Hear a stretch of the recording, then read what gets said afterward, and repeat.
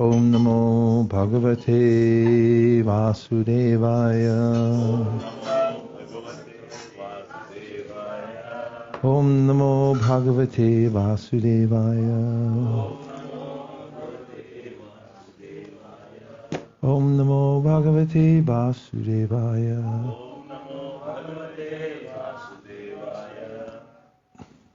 We're continuing our reading of the fourth canto of the Śrīmad-Bhāgavatam with great profit. As the Śrīmad-Bhāgavatam itself says, Shrinvatam Swakata Kṛṣṇa Punya Shravana Kirtana Hridyantakstohi Badrani Vidunoti Suritsatam. Just by hearing the Bhagavat, one develops spiritual piety. Krita Punya Punja. So we're taking up where we left off at the lunch break. And I must say, the cooks here at Govardhan Hill, I don't want to spread any, news that's going to overrun the ashram here, but these cooks are really something else. I think that was the best lunch I ever had in my life. I admit it right here at Govardhan Hill. Thanks to the cooks. Haribol! We're taking up at Canto 4, Chapter 12. And the text is 21. Dhruva Mahārāja, seeing that these uncommon personalities were direct servants of the Supreme Personality of Godhead, immediately stood up. But being puzzled in hastiness, he forgot how to receive them in the proper way. Therefore, he simply offered obeisances with folded hands and chanted and glorified the holy names of the Lord. Purport.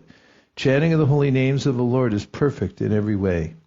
When Dhruva Mahārāja saw the Vishnu Dutas, the direct associates of Lord Vishnu, four-handed and nicely decorated, he could understand who they were. But for the first time he was puzzled. But simply by chanting the holy name of the Lord, the Hare Krishna mantra, he could satisfy the uncommon guests who had all of a sudden arrived before him. The chanting of the holy name of the Lord is perfect, even though one does not know how to please the Lord Vishnu, or his associates. Simply by sincerely chanting the holy name of the Lord, everything becomes perfect. A devotee, therefore, either in danger or in happiness, constantly chants the Hare Krishna mantra. When he is in danger, he is immediately relieved, and when he is in a position to see Lord Vishnu or his associates directly, by chanting this Mahamantra, he can please the Lord. This is the absolute nature of the Mahamantra. Either in danger or in happiness, it can be chanted without limitation. Dhruva Mahārāja was already absorbed in thinking of the lotus feet of Lord Kṛṣṇa. His heart was full with Kṛṣṇa. When the two confidential servants of the Supreme Lord, who were named Nanda and Sunanda, approached him, smiling happily, Dhruva stood with folded hands, bowing humbly. They then addressed him as follows. Purport. In this verse, the word Pushkarnabha Samatau is significant. Kṛṣṇa, or Lord Vishnu, is known for his lotus eyes, lotus navel, lotus feet, and lotus palms. Here he is called Pushkarnabha, which means the Supreme Personality of Godhead, who has a lotus navel. The samatau means two confidential or very obedient servants. The materialistic way of life differs from the spiritual way of life in that one is disobedient, and one is disobedience and one is obedience to the will of the Lord, of the Supreme Lord. All living entities are part and parcel of the Supreme Lord, and they are supposed to be always agreeable to the order of the Supreme Person. That is perfect oneness. In the Vaikuntha world, all the living entities are in oneness with the Supreme Godhead, because they never defy his orders. Here in the material world, however, they are not samata, agreeable, but always asamata, disagreeable. This human form of life is a chance to be trained to be agreeable to the orders of the Supreme Lord. To bring about this training in society is the mission of the Krishna consciousness movement. As stated in the Bhagavad Gita, the laws of material nature are very strict. No one can overcome the stringent laws of material nature. But one who becomes surrendered, a surrendered soul, and agrees to the order of the Supreme Lord can easily overcome those stringent laws. The example of Dhruva Mahārāja is very fitting. Simply by becoming agreeable to the orders of the Supreme Personality of Godhead and by developing love of Godhead, Dhruva got the chance to personally meet the confidential servants of Lord Vishnu face to face. What is possible for Dhruva Mahārāja is possible for everyone. Anyone who very seriously engages in devotional service can obtain, in due course of time, the same perfection of the human form of life. The two confidential associates of Lord Vishnu, Nanda and Sunanda, said, "Dear King, let there be all good fortune unto you. Please attentively hear what we shall say. When you were only 5 years old, you underwent severe austerities, and you thereby greatly satisfied the Supreme Personality of Godhead." Purport: what was possible for Dhruva Mahārāja is possible for anyone. Any 5-year-old child can be trained, and within a very short time his life will become successful by realization of Krishna consciousness. Unfortunately, this training is lacking all over the world. It is necessary for the leaders of the Krishna consciousness movement to start educational institutions in different parts of the world to train children, starting at the age of 5 years. Thus, such children will not become hippies or spoiled children of society, but they can all become devotees of the Lord. The face of the world will then change automatically. 24. We are representatives of the Supreme Personality of Godhead, the Creator of the whole universe, who carries in his hand the bow named Sharanga. We have been specifically deputed to take you to the spiritual world. Purport: in Bhagavad Gita, the Lord says that simply by knowing his transcendental pastimes, whether within this material world or in the spiritual world, anyone who understands factually who he is, how he appears, and how he acts can be immediately fit for transfer to the spiritual world. This principle stated in the Bhagavad Gita operated in the case of Dhruva Mahārāja. Throughout his life he tried to understand the Supreme Personality of Godhead by austerity and penances.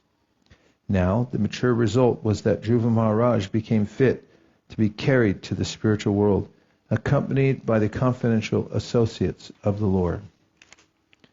To achieve Vishnu Loka is very difficult, but by your austerity you have conquered. Even the great rishis and demigods cannot achieve this position. Simply to see the supreme abode, the Vishnu planet, the sun and moon, and all the other planets, stars, lunar mansions, and solar systems are circumambulating it. Now please come. You are welcome to go there. Purport: even in this material world, the so-called scientists, philosophers, and mental speculators strive to merge into the spiritual sky, but they can never go there. But a devotee, by executing devotional service, not only realizes, but a devotee, by executing devotional service, not only realizes what the spiritual world actually is, but he factually goes there to live an eternal life of bliss and knowledge. The Krishna consciousness movement is so potent that by adopting these principles of life and developing love of God, one can very easily go back home, back to Godhead. Here the practical example is the case of Dhruva Mahārāja. While the scientist and philosopher go to the moon but are disappointed in their attempts to stay there and live, the devotee makes an easy journey to other planets and ultimately goes back home, back to Godhead. Devotees have no interest in seeing other planets, but while going back to Godhead, they see all of them as passing phases, just as one who is going to a distant place passes through many small stations. 26. Dear King Dhruva, neither your forefathers nor anyone else before you ever achieved such a transcendental planet. The planet known as Vishnu Loka, where Lord Vishnu personally resides, is the highest of all. It is worshipable by the inhabitants of all other planets within the universe. please come with us and live there eternally. Purport. When Dhruva Mahārāja went to perform austerities, he was very determined to achieve a post never dreamed of by his forefathers.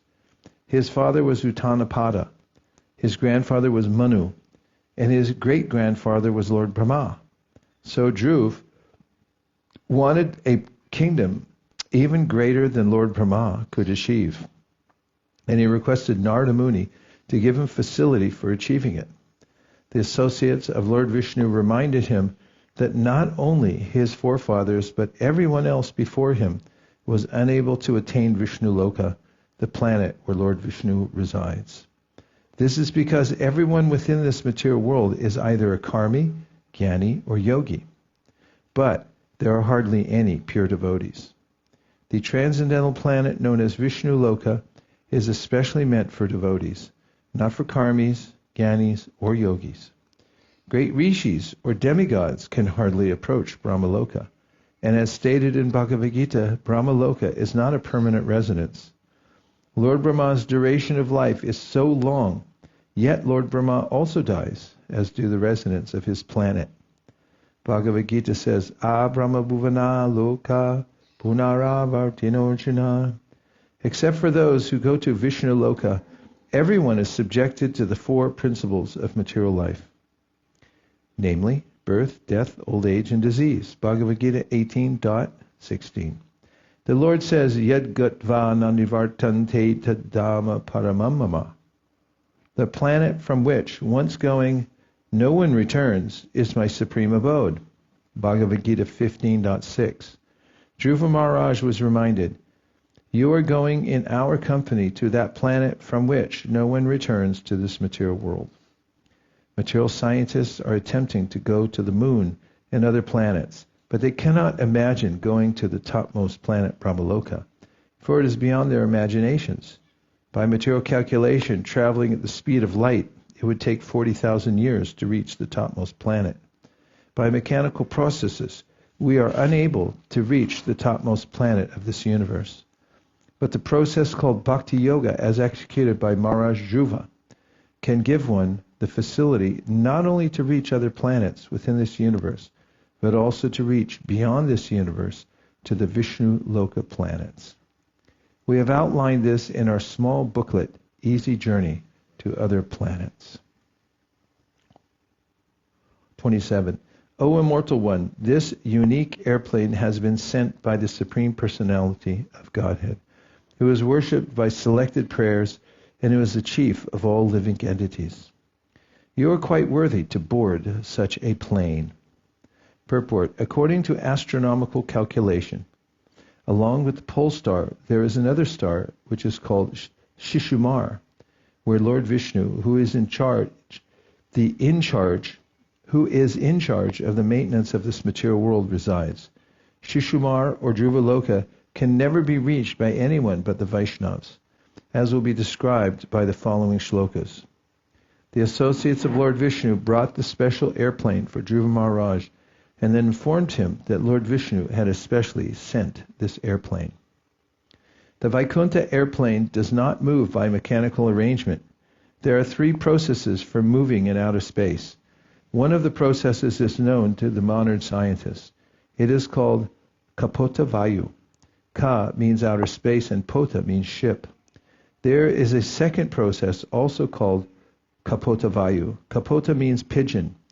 One can train pigeons to carry one into outer space. The third process is very subtle.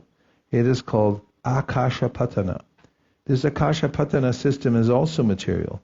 Just as the mind can fly anywhere one likes without mechanical arrangement, so the Akasha Patana airplane can fly at the speed of the mind. Beyond this Akasha Patana system is the Vaikuntha process, which is completely spiritual. The airplane sent by Lord Vishnu to carry Dhruva Mahārāja to Shishumar was a completely spiritual, transcendental airplane. Material scientists can neither see such vehicles nor imagine how they fly in the air. The material scientist has no information about the spiritual sky, although it is mentioned in the Bhagavad Gita, Parastasmat tu bhavonyo. Sounds quite a bit better than Air India. 28. The great sage, even pigeons would maybe. No, that's an offense. The great sage Maitreya continued, Maharaj Dhruva was very dear to the Supreme Personality of Godhead. When he heard the sweet speeches of the Lord's chief associates in the Vaikuntha planets, he immediately took his sacred bath, dressed himself with suitable ornaments, and performed his daily spiritual duties. Thereafter, he offered his respectful obeisances to the great sages present there and accepted their blessings. Purport. We should mark how dutiful Dhruva Mahārāja was in his devotional service, even at the time he left this material world. He was constantly alert in the performance of devotional duties. Every devotee should take his bath early in the morning and decorate his body with tilak. In Kali Yuga, one can hardly acquire gold or jeweled ornaments, but the 12 tilak marks on the body are sufficient as auspicious decorations to purify the body. Since Dhruva Mahārāja was living at the time at Bhadrika-ashrama, there were other great sages there. He did not become puffed up because the airplane sent by Lord Vishnu was waiting for him. As a humble Vaishnava, he accepted blessings from all the sages before riding on the plane brought by the chief of the Vaikuntha associates. 29. Before getting aboard, Dhruva Mahārāja worshipped the airplane, circumambulated it, and also offered obeisances to the associates of Vishnu. In the meantime, he became as brilliant and illuminating as molten gold. He was thus completely prepared to board the transcendental plane. Purport: in the absolute world, the plane, as well as the associates of Lord Vishnu and Lord Vishnu himself, are all spiritual. There is no material contamination. In quality, everything there is one. As Lord Vishnu is worshipable, so also are his associates, his paraphernalia, his airplane, and his abode, for everything of Vishnu's is as good as Lord Vishnu. Dhruva Mahārāja knew all this very well as a pure Vaishnava, and he offered his respects to the associates and to the plane before riding in it. But in the meantime, his body changed into spiritual existence, and therefore it was illuminating like molten gold. In this way, he also became one with the other paraphernalia of Vishnu Loka. Mayavadi philosophers cannot imagine how this oneness can be achieved, even in different varieties. Their idea of oneness is that there is no variety. Therefore, they have become impersonalists. As Shishumar, Vishnu Loka, or Dhruva Loka are completely different from this material world, so a Vishnu temple within this world is also completely different from this material world. As soon as we are in a temple, we should know very well that we are situated differently from the material world. In the temple, Lord Vishnu, his throne, his room, and everything associated with entrance into the temple. It is said, therefore, that to live in the forest is in the mode of goodness, to live in the city is in the mode of passion, and to live in a brothel, liquor shop, or slaughterhouse is in the mode of ignorance. But to live in the temple means to live in Vaikuntha Loka. Everything in the temple is as worshipable as Lord Vishnu or Kṛṣṇa. 30. When Dhruva Mahārāja was attempting to get on the transcendental plane, he saw death personified approach him. Not caring for death, however, he took advantage of the opportunity to put his feet on the head of death, and thus got up on the airplane, which was as big as a house. Purport: to take the passing away of a devotee and the passing away of a non-devotee as one and the same is completely misleading. While ascending the transcendental airplane, Dhruva Mahārāja suddenly saw death personified before him, but he was not afraid. Instead of death giving him trouble, Dhruva Mahārāja took advantage of death's presence and put his feet on the head of death. People with a poor fund of knowledge do not know the difference between the death of a devotee and the death of a non-devotee. In this connection, an example can be given. A cat carries its kittens in its mouth, and it also catches a rat in its mouth. Superficially, the catching of the rat and the kitten appear to be one and the same, but actually they are not. When the cat catches the rat in its mouth, it means death for the rat, whereas when the cat catches the kitten enjoys it. When Dhruva Mahārāja boarded the airplane, he took advantage of the arrival of death personified, who came to offer him obeisances, putting his feet on the head of death. He got up on the unique airplane, which is described here to be as big as a house, graham. There are many other similar instances in Bhagavata literature. It is stated that when Kardama Muni created an airplane to carry his wife Devahuti all over the universe, the airplane was like a big city, carrying many houses, lakes, and gardens. Modern scientists have manufactured big airplanes, but they are packed with passengers who experience all sorts of discomforts while riding in them. Material scientists are not even perfect in manufacturing a material airplane. In order to compare with the plane used by Kardama or the plane sent from Vishnuloka, they must manufacture an airplane equipped like a big city, with all the comforts of life, lakes, gardens, parks, etc. Their plane must be able to fly in outer space and hover and visit all other planets. If they invent such a plane, they will not have to make different space stations for fuel to travel into outer space. Such a plane would have an unlimited supply of fuel, or, like the plane from Vaikuntha Loka, would fly without it. At that time, drums and kettle drums resounded from the sky. The chief Gandharvas began to sing, and other demigods showered flowers like torrents of rain upon Dhruva Mahārāja. Dhruva was seated in the transcendental airplane, which was just about to start. When he remembered his poor mother, Suniti, he thought to himself, "How shall I go alone to the Vaikuntha planet and leave behind my poor mother?" Purport: Dhruva had a feeling of obligation to his mother, Suniti.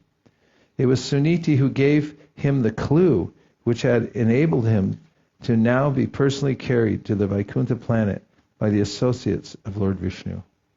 He now remembered her and wanted to take her with him.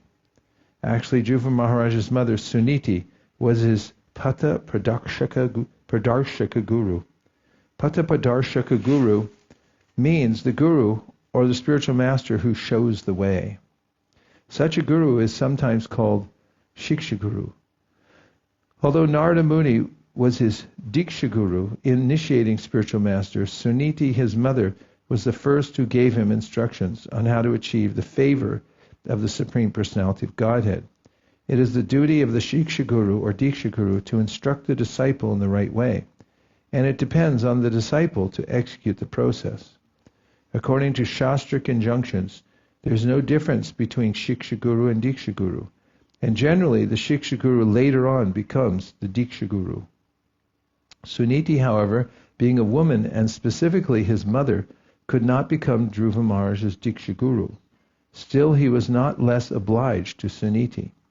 There was no question of carrying Narada Muni to the Vaikuntha Loka, but Dhruva Mahārāja thought of his mother. Whatever plan the Supreme Personality of Godhead contemplates immediately fructifies. Similarly, a devotee who is completely dependent on the Supreme Lord can also fulfill his wishes by the grace of the Lord. The Lord fulfills his wishes independently, but a devotee fulfills his wishes simply by being dependent on the Supreme Personality of Godhead. Therefore, as soon as Dhruva Mahārāja thought of his poor mother, he was assured by the associates of Vishnu that Suniti was also going to Vaikuntha Loka in another plane. Dhruva Mahārāja had thought that he was going alone to Vaikuntha Loka, leaving behind his mother, which was not very auspicious because people would criticize him for going alone to Vaikuntha Loka and not carrying with him Suniti, who had given him so much. But Dhruva also considered that he was not personally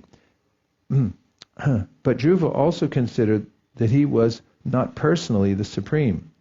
Therefore, if Krishna fulfills his desires, only then would it be possible.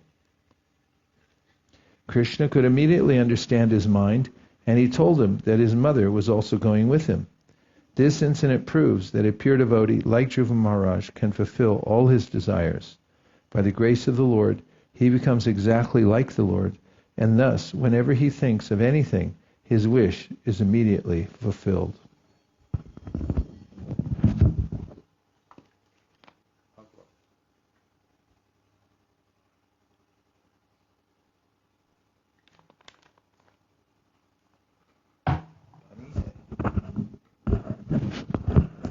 The great associates of Vaikuntha Loka, Nanda and Sunanda, could understand the mind of Dhruva Mahārāja, and thus they showed him that his mother, Suniti, was going forward in another plane.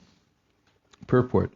This incident proves that the Shiksha or Diksha Guru, who has a disciple who strongly executes devotional service like Dhruva Mahārāja, can be carried by the disciple even though the instructor is not as advanced. Although Suniti was an instructor to Dhruva Mahārāja, she could not go to the forest because she was a woman, nor could she execute austerities and penances as Dhruva Mahārāja did. Still, Dhruva Mahārāja was able to take his mother with him. Similarly, Prahlāda Mahārāja also delivered his atheistic father, Hiranyakashipu. The conclusion is that a disciple or an offspring who is a very strong devotee can carry with him to Vaikuntha Loka either his father, mother, or Shiksha or Diksha Guru. Srila Bhaktisiddhanta Saraswati Thakur used to say, "If I could perfectly deliver even one soul back to Godhead, back home, I would think my mission, propagating Krishna consciousness, to be successful." The Krishna consciousness movement is spreading now all over the world, and sometimes I think that even though I am crippled in many ways, if one of my disciples becomes as strong as Dhruva Mahārāja, then he will be able to carry me with him to the Vaikuntha Loka. 34. While Dhruva Mahārāja was passing through space, he gradually saw all the planets of the solar system, and on the path he saw all the demigods in their airplanes showering flowers upon him like rain. Purport. There is a Vedic version, Yasmid Vijñāte Sarvamevam Vijñātum Bhavati, which means that by knowing the Supreme Personality of Godhead, everything becomes known to the devotee. Similarly, by going to the planet of the Supreme Personality of Godhead, one can know all other planetary systems on the path to Vaikuntha Loka. We should remember that Dhruva Mahārāja's body was different from our bodies. While boarding the Vaikuntha airplane, his body changed to a completely spiritual golden hue. No one can surpass the higher planets in a material body. But when one gets a spiritual body, he can travel not only to the higher planetary system of this material world, but he can go even to the still higher planetary system known as Vaikuntha Loka. It is well known that Narada Muni travels everywhere, both in the spiritual and material worlds. It should be noted also that while Suniti was going to Vaikuntha Loka, she also changed her body into spiritual form. Like Sri Suniti, every mother should train her child to become a devotee like Dhruva Mahārāja. Suniti instructed her son, even at the age of 5 years, to be unattached to worldly affairs and to go to the forest to search out the Supreme Lord. She never desired that her son remain at home comfortably without ever undertaking austerities and penances to achieve the favor of the Supreme Personality of Godhead. Every mother, like Suniti, must take care of her son and train him to become a brahmachari from the age of 5 years and to undergo austerities and penances for spiritual realization. The benefit will be that if her son becomes a strong devotee like Dhruva, certainly not only will he be transferred back home, back to Godhead, but she will also be transferred with him to the spiritual world, even though she may be unable to undergo austerities and penances in executing devotional service. Dhruva Mahārāja thus surpassed the 7 planetary systems of the great sages, who are known as Saptarishi. Beyond that region, he achieved the transcendental situation of permanent life in the planet where Lord Vishnu lives. Purport. The airplane was piloted by two chief associates of Lord Vishnu, namely Sunanda and Nanda. Only such spiritual astronauts can pilot their airplane beyond the 7 planets and arrive in the region of eternal blissful life. It is confirmed in the Bhagavad Gita also, parastasmat bhavonya, that beyond this planetary system begins the spiritual sky, where everything is permanent and blissful. The planets there are known as Vishnu Loka or Vaikuntha Loka. Only there can one get an eternal blissful life of knowledge. Below Vaikuntha Loka is the material universe, where Lord Brahma and others in Brahma Loka can live until the annihilation of this universe.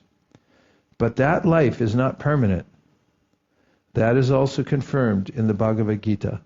Abrahma Bhuvana Loka. Even if one goes to the topmost planet, one cannot achieve eternal life. Only by arriving in Vaikuntha Loka can one live an eternally blissful life. The self-effulgent Vaikuntha planets, by whose illumination alone all the illuminating planets within this material world give off reflected light, cannot be reached by those who are not merciful to other living entities. Only persons who constantly engage in welfare activities for other living entities can reach the Vaikuntha planets. Okay, by popular demand, I'll read it again. The self-effulgent Vaikuntha planets, by whose illumination alone all the illuminating planets within this material world give off reflected light, cannot be reached by those who are not merciful to other living entities.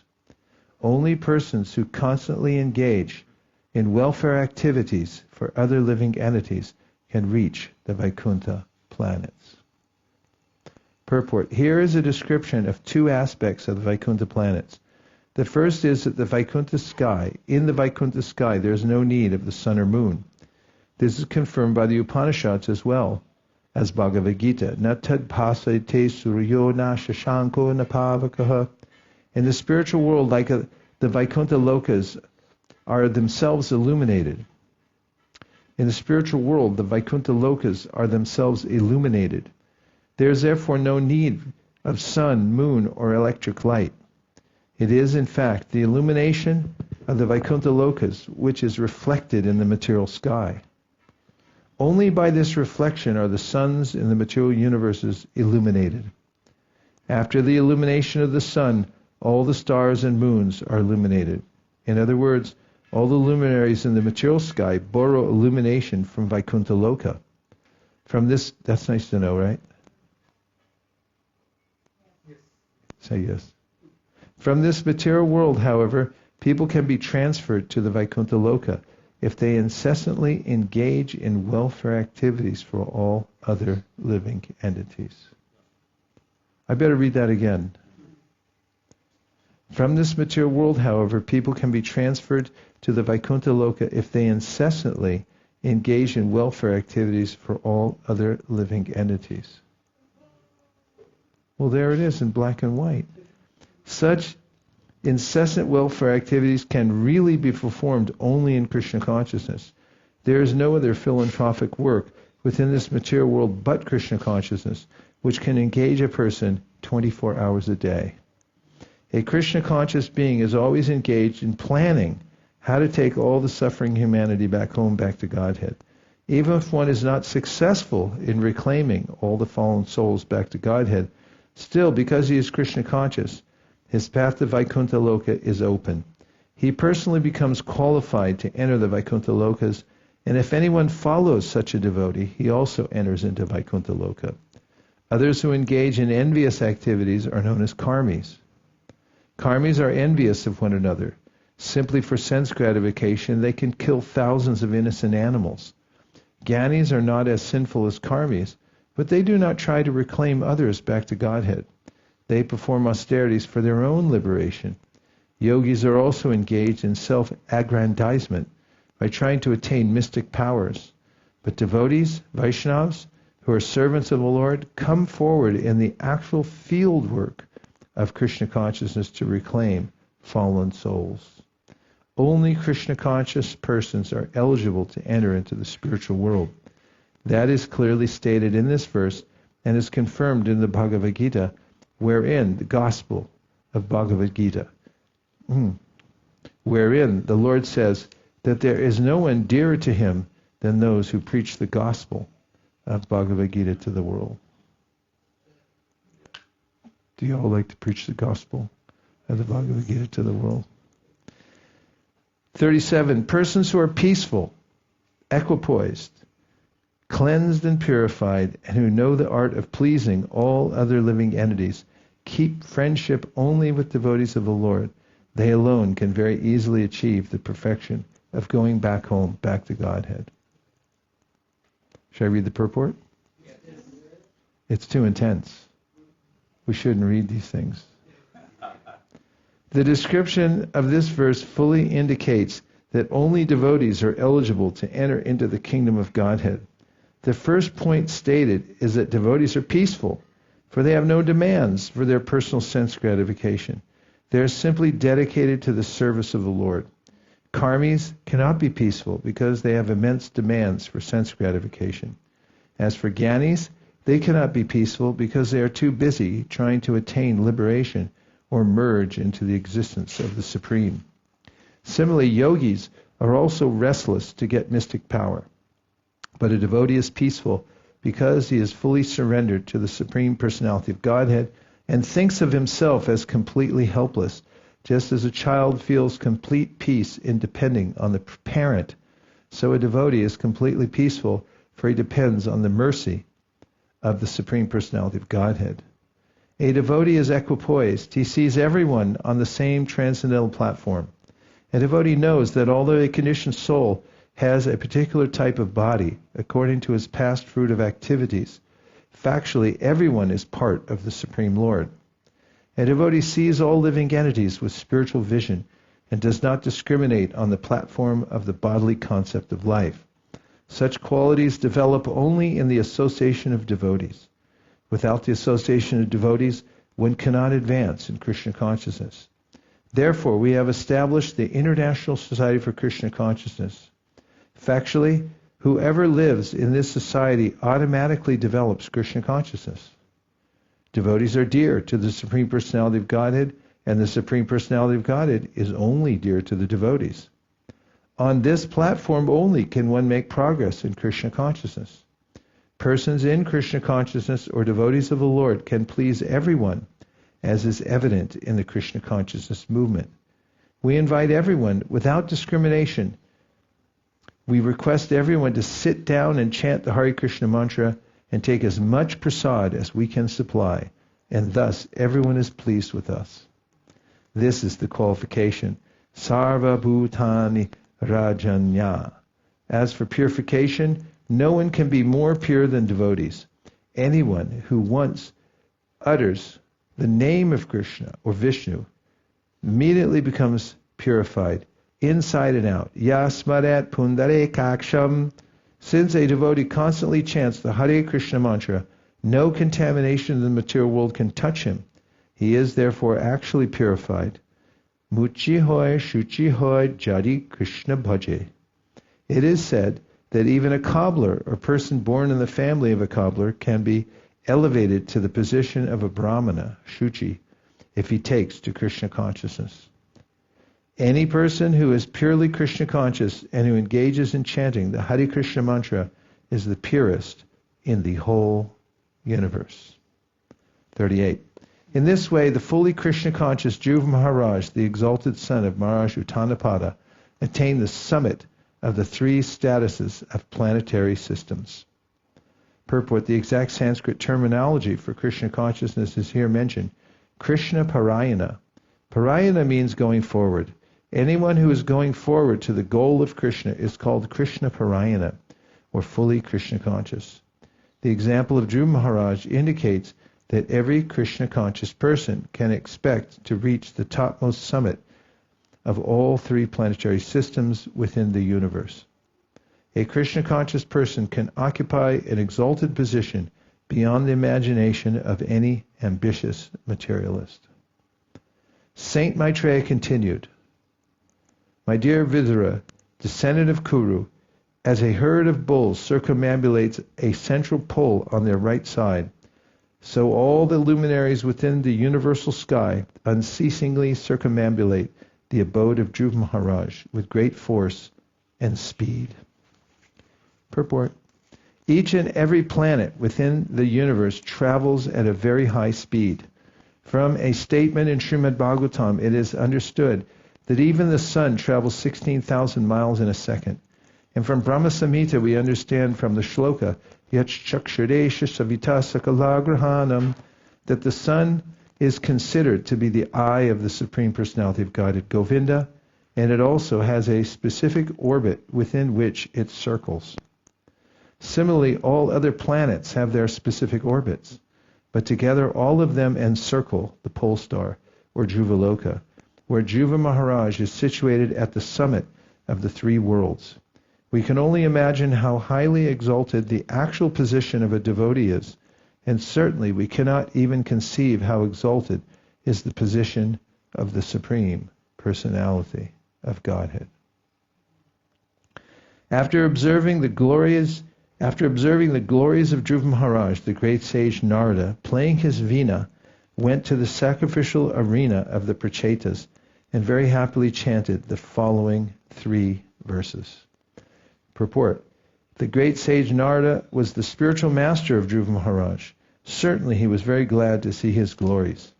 As a father is very happy to see the son's advancement in every respect, so the spiritual master is very happy to observe the ascendancy of his disciple. Narada, the great sage, said, simply by the influence of his spiritual advancement and powerful austerity, Dhruva Mahārāja, the son of Suniti, who was devoted to her husband, acquired an exalted position not possible even for the so-called Vedantas, or strict followers of the Vedic principles, to attain, not to speak of ordinary human beings. Purport. In this verse, the word Veda Vadina is very significant. Generally, a person who strictly follows the Vedic principles is called Vedavadi. There are also so-called Vedantas who advertise themselves as followers of Vedanta philosophy, but who misinterpret Vedanta. This expression is also found in the Bhagavad Gita, Vedavada Rata, which means persons who are attached to the Vedas without understanding the purport of the Vedas. Such persons may go on talking about the Vedas or may execute austerities in their own way, but it is not possible for them to attain to such an exalted position as Dhruva Mahārāja. As far as ordinary kings are concerned, it is not at all possible. For the specific mention of kings is significant because formerly kings were also Rajarshis, for the kings were as good as great sages. Dhruva Mahārāja was a king, and at the same time he was as learned as a great sage. But without pure devotional service, neither a great king, a Kshatriya, nor a great Brahmana, strictly adhering to the Vedic principles, can be elevated to the exalted position attained by Dhruva Mahārāja. The great sage Narada continued, just see how Dhruva Mahārāja, aggrieved at the harsh words of his stepmother, went to the forest at the age of only 5 years, and under my direction underwent austerity. Although the Supreme Personality of Godhead is unconquerable, still he defeated him with the specific qualifications possessed by the Lord's devotees. Purport. The Supreme Godhead is unconquerable. No one can conquer the Lord, but he voluntarily accepts subordination to the devotional qualities of his devotees. For example, Lord Kṛṣṇa accepted subordination to the control of Mother Yashoda because she was a great devotee. The Lord likes to be under the control of his devotees. In the Caitanya-caritāmṛta it is said that everyone comes before the Lord and offers him exalted prayers, but the Lord does not feel as pleased when offered such prayers as he does when a devotee, out of pure love, chastises him as a subordinate. The Lord forgets his exalted position and willingly submits to his pure devotee. Dhruva Mahārāja conquered the Supreme Lord because at a very tender age, only 5 years old, he underwent all the austerities of devotional service. This devotional service was, of course, executed under the direction of a great sage, Narada. This is the first principle of devotional service, adau guruvashrayam. In the beginning, one must accept a bona fide spiritual master, and if a devotee follows strictly the direction of the spiritual master, as Dhruva Mahārāja followed the instruction of Narada Muni, then it is not difficult for him to achieve the favor of the Lord. The sum total of devotional qualities is development of unalloyed love for Kṛṣṇa. This unalloyed love for Kṛṣṇa can be achieved simply by hearing about Kṛṣṇa. Lord Chaitanya accepted this principle that if one in any position submissively hears the transcendental message spoken by Kṛṣṇa or about Kṛṣṇa, then gradually he develops the quality of unalloyed love. And by that love only he can conquer the unconquerable. The Mayavadi philosophers aspire to become one with the Supreme Lord, but a devotee surpasses that position. A devotee not only becomes one in quality with the Supreme Lord, but he sometimes becomes the father, mother, or master of the Lord. Arjuna also, by his devotional service, made Lord Kṛṣṇa his chariot driver. He ordered the Lord, "Put my chariot here," and the Lord executed his order. These are some examples of how a devotee can acquire the exalted position of conquering the unconquerable. Dhruva Mahārāja attained an exalted position at the age of only 5 or 6 years. After undergoing austerity for 6 months, alas, a great Kshatriya cannot achieve such a position even after undergoing austerities for many, many years. Purport: Dhruva Mahārāja is described here as Kshatrabandhu, which indicates that he was not fully trained as a Kshatriya because he was only 5 years old. He was not a mature Kshatriya. A Kshatriya or Brahmana has to take training. A boy born in the family of a Brahmin is not immediately a Brahmin, but he has to take up the training and the purificatory process. The great sage Narada Muni was very proud of having a devotee disciple like Dhruva Mahārāja.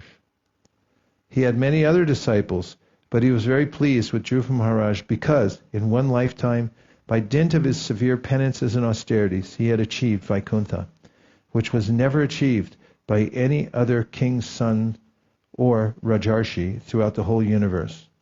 There is the instance of a great king... There is the instance of the great king Bharat Maharaj, who was also a great devotee, but he attained Vaikuntha Loka in 3 lives. In the first life, although he executed austerities in the forest, he became a victim of too much affection for a small deer. And in his next life, he had to take birth as a deer. Although he had a deer's body, he remembered his spiritual position, but still he had to wait until the next life for perfection. In the next life, he took birth as Jad Bharat. Of course, in that life, he was completely freed from all material entanglement, and he attained perfection and was elevated to Vaikuntha Loka. The lesson from the life of Dhruva Mahārāja is that if one likes, one can attain Vaikuntha Loka in one life without waiting for many other lives. My Guru Maharaj, Śrīmad-Bhāgavatam Saraswati Gosvāmī Prabhupāda, used to say that every one of his disciples could attain Vaikuntha Loka in this life without waiting for another life to execute devotional service. One simply has to become as serious and sincere as Dhruva Mahārāja. Then it is quite possible to attain Vaikuntha Loka and go back home, back to Godhead, in one life. 44. The great Maitreya continued, "My dear Vidura, whatever you have asked from me about the great reputation and character of Dhruva Mahārāja, I have explained to you in all detail. Great saintly persons and devotees very much like to hear about Dhruva Mahārāja, and that's why you all like to hear." And now we'll take a few reflections or questions. Yes, Prabhu.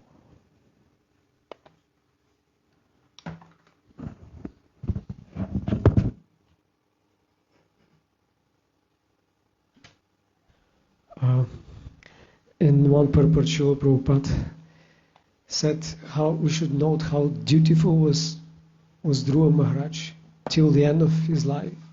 Basically, the plane came and he took a bath and put clothes and went to the sages. And therefore, devotees should also, strictly do it in the morning. It's amazing, isn't it? Yeah. He did till the last moment very dutifully all the details.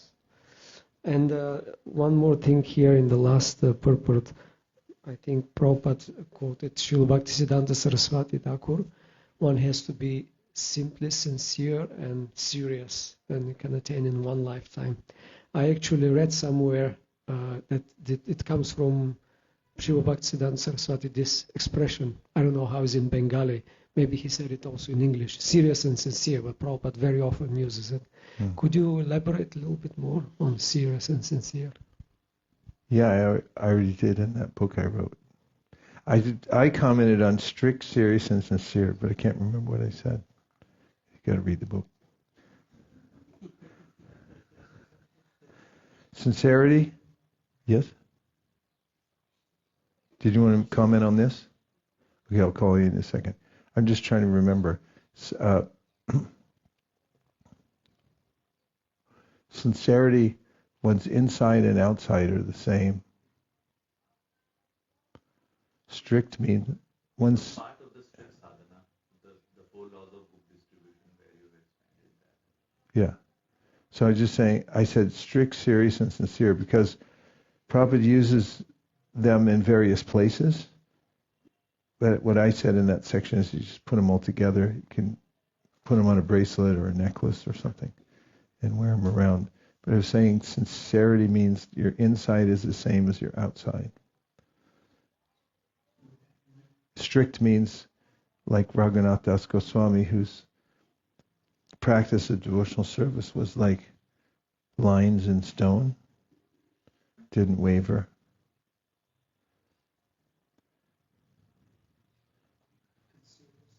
I forget. It's in the book. I'll look it up on the break. Yes, Madhava.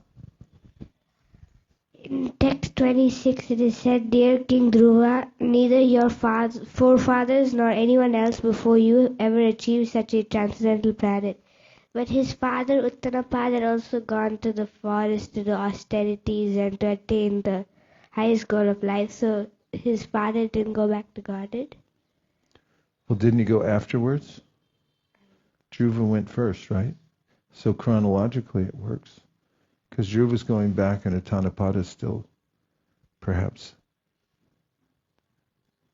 No? Didn't Uttanapada go to the forest, put Dhruva in as the king, and then Dhruva did his thing, and then he goes back? Well, have we come to the part where Uttanapada went back to Godhead? No. That's all I'm saying is maybe chronologically it comes after. Yes, Prabhu. In the 23rd verse of this chapter, so Prabhupada wrote in the purport, he said, it is necessary for the leaders of the Krishna conscious movement to start educational institutions in different parts of the world to train children starting at the age of 5 years.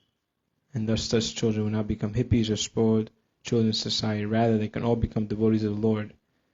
The face of the world would then change automatically.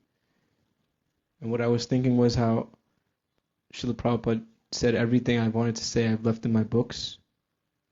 And I was thinking that this one instruction, for example, if one devotee would read it, they could take it up as their whole life mission, making, Krishna conscious educational institutions.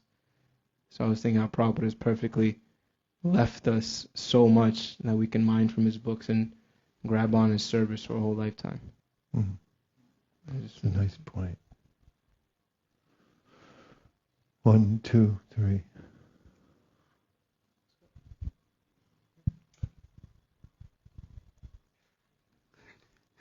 Hare Krishna Maharaj, I was really, impressed. Prabhupada's statement is always very touching, and sometimes it touches really hard when he mentioned that and one of my disciples, become Dhruva, he'll take back me while we are all. Sorry about that.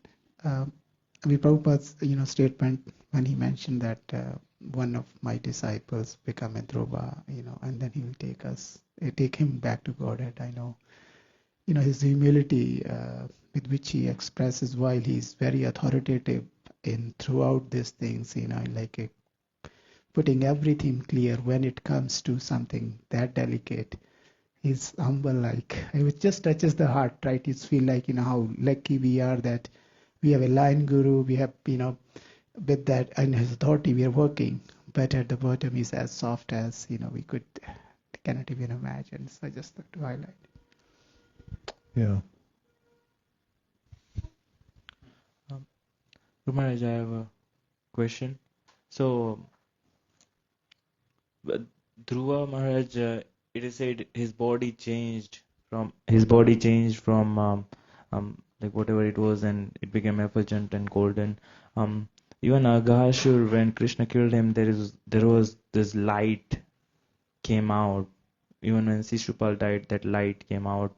So, and then is it that light is the original form, and then that spirit? Sorry, I'm not saying it is.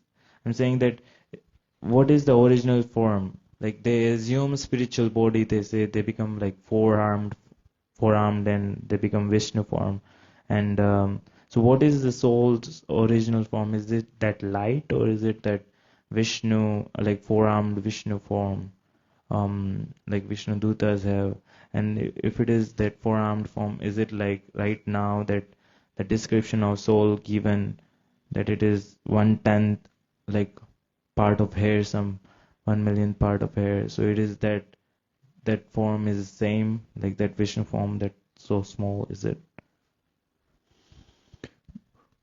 Well, Prabhupada said several times that the shape of the body we have now is indicative of our form. So I bring that up not to say that the body we have now is our spiritual body, although some devotees go back to Godhead in their self-same body, just become spiritualized, like obviously Dhruva did.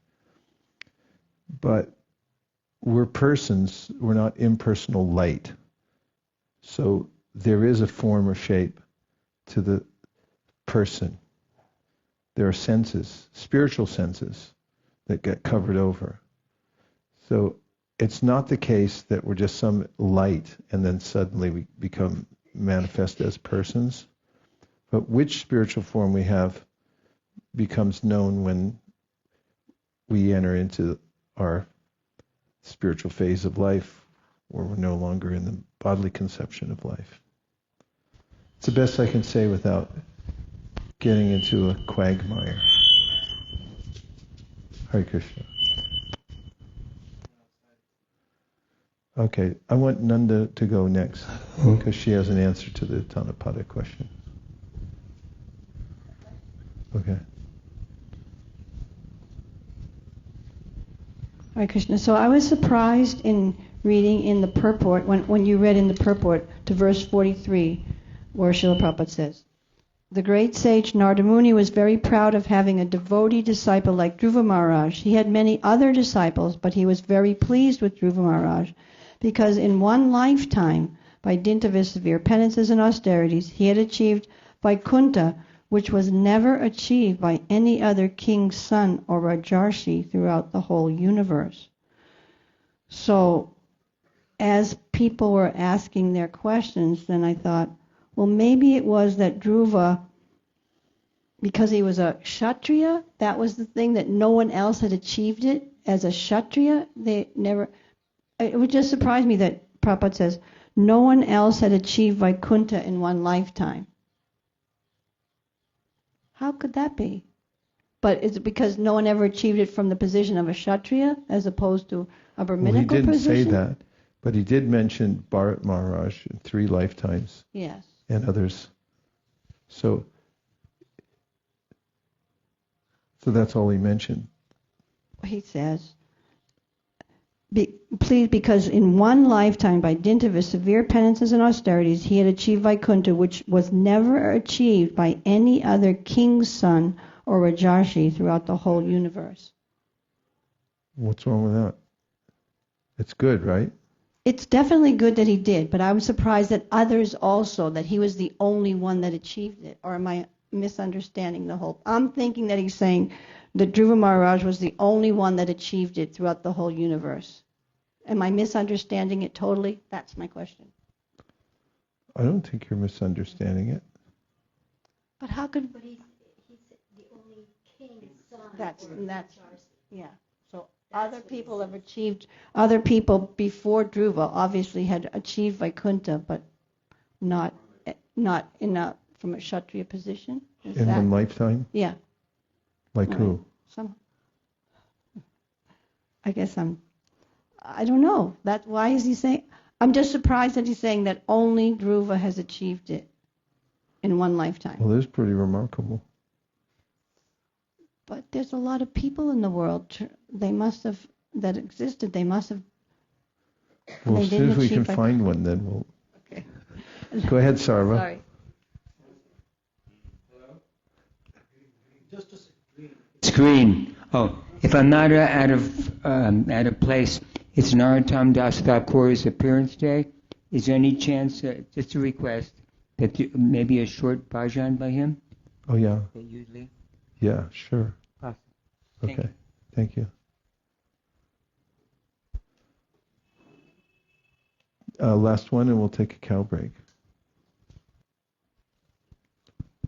Thank you for the stimulating questions. Very nice, Prabhuji, Mataji. I was just commenting on, like, we have a complete story. Brahma Samhita talks about the distribution of planetary positions, and here is the journey of a soul leaving. And I was just somehow, when you were reading it, I was just thinking how Prabhupada was. Probably I was speculating, spiritual planets would have, like planes would have come, and Prabhupada would have so easily, nicely stepped on the, so it was just, he gave us full description through one, and then a path through Dhruva Mahārāja. This was just a reflection. I was just thinking Prabhupada's Leelas. Yeah. That's coming up also. Good to meditate on. Can you do it after the break? We're getting late. Let's take our cow break, and we'll be back here at 5:30, right? Yeah. See you back at 5:30. Gaur Premanande Haribol. Now, if you're online watching, just stay on. Go for a walk. Get some pizza from the Govindas and come back.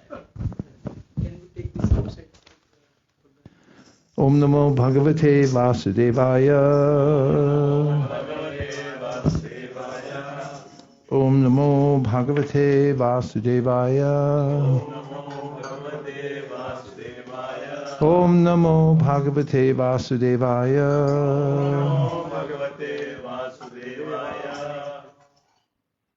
We're continuing with our reading of the Śrīmad-Bhāgavatam, Canto 4, Chapter 12. Dhruva Mahārāja goes back to Godhead. Did the devotees stay online for the cow break? 13? Hare Krishna. You had 12, you picked up one at the cow break. Thanks for joining online, everybody. I hope you enjoyed taking a tour of the Goshala. Which text are we on now? Maitreya Vacha? 43? 43? Okay. So everyone was right. You're all right. Dhruva Mahārāja attained an exalted position at the age of only 5 or 6 years, after undergoing austerity for 6 months. Alas, a great Kshatriya cannot achieve such a position even after undergoing austerities for many, many years. Dhruva Mahārāja is described herein as Kshatrabandhu. We did. 44. The great sage Maitreya continued, "My dear Vidura, whatever you have asked from me about the great reputation and character of Dhruva Mahārāja, I have explained to you in all detail. Great saintly persons and devotees very much like to hear about Dhruva Mahārāja." Purport. Śrīmad-Bhāgavatam means everything in relationship with the Supreme Personality of Godhead. Whether we hear the pastimes and activities of the Supreme Lord, or we hear about the character, reputation, and activities of his devotees, they are all one and the same. Neophyte devotees simply try to understand the pastimes of the Lord and are not very interested to hear about the activities of his devotees.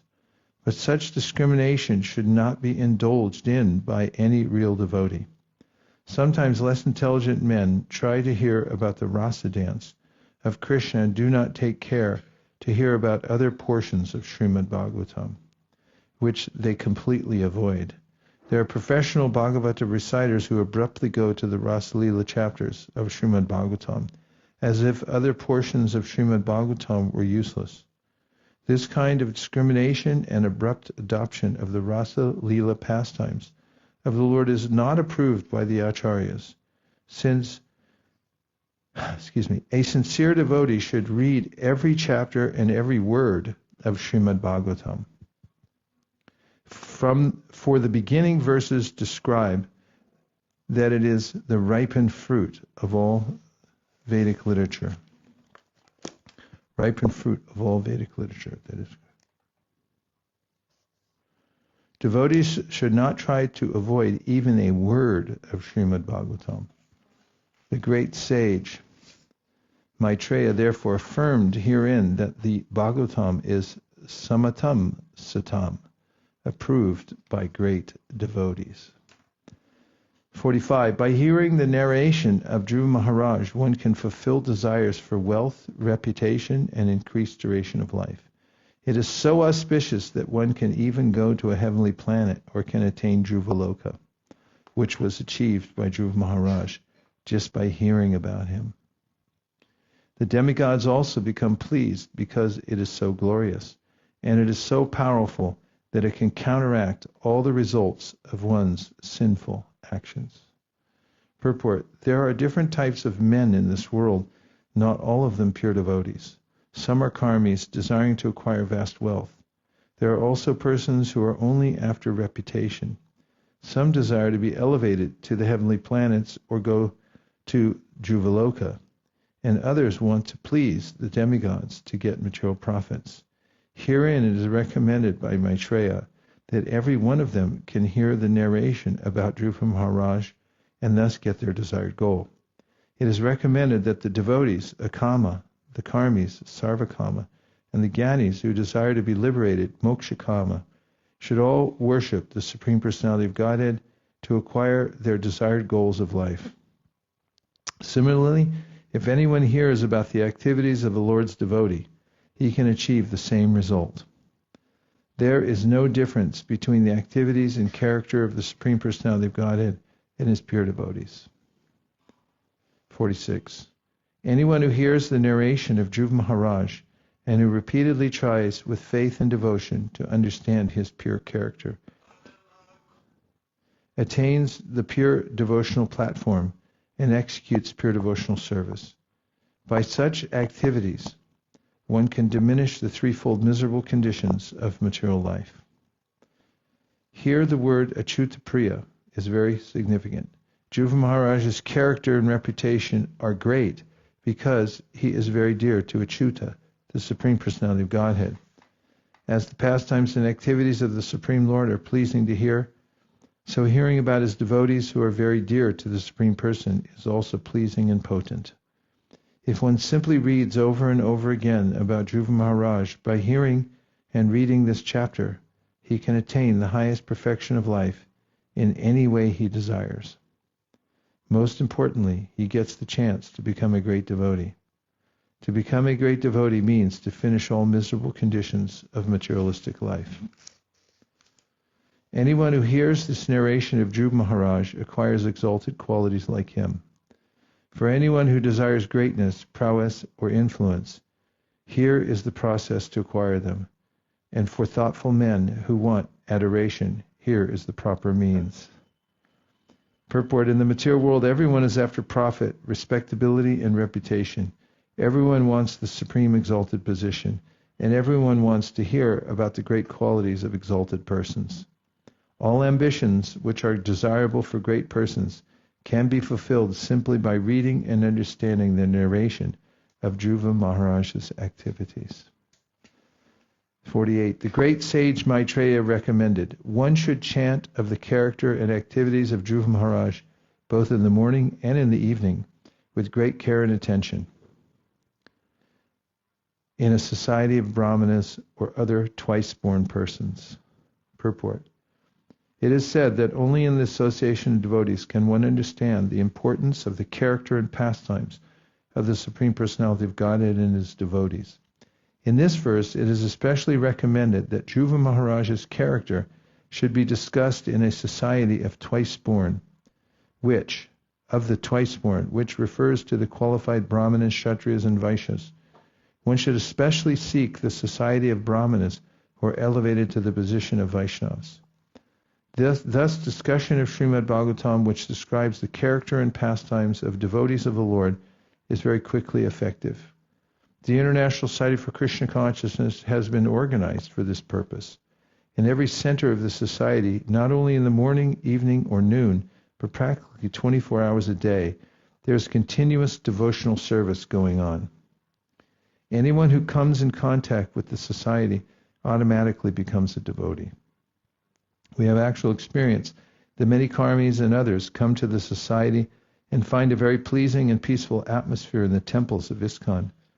In this verse, the word Dvijan Manan means of the twice-born. Anyone can join the International Society for Krishna Consciousness and be initiated to become twice-born. As recommended by Sanatana Goswami, by the process of initiation and authorized training, any man can become twice-born. The first birth is made possible by the parent, and the second birth is made possible by the spiritual father and Vedic knowledge. Unless one is twice born, one cannot understand the transcendental characteristics of the Lord and his devotees. Study of the Vedas is therefore forbidden for Shudras.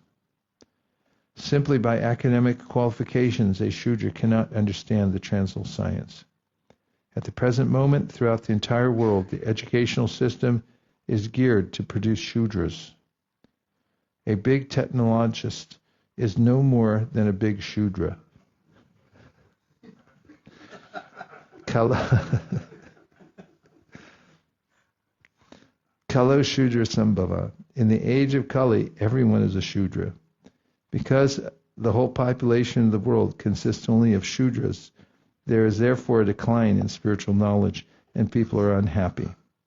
The Krishna consciousness movement has been started especially to create qualified brahmanas to broadcast spiritual knowledge all over the world, for thus people may become very happy.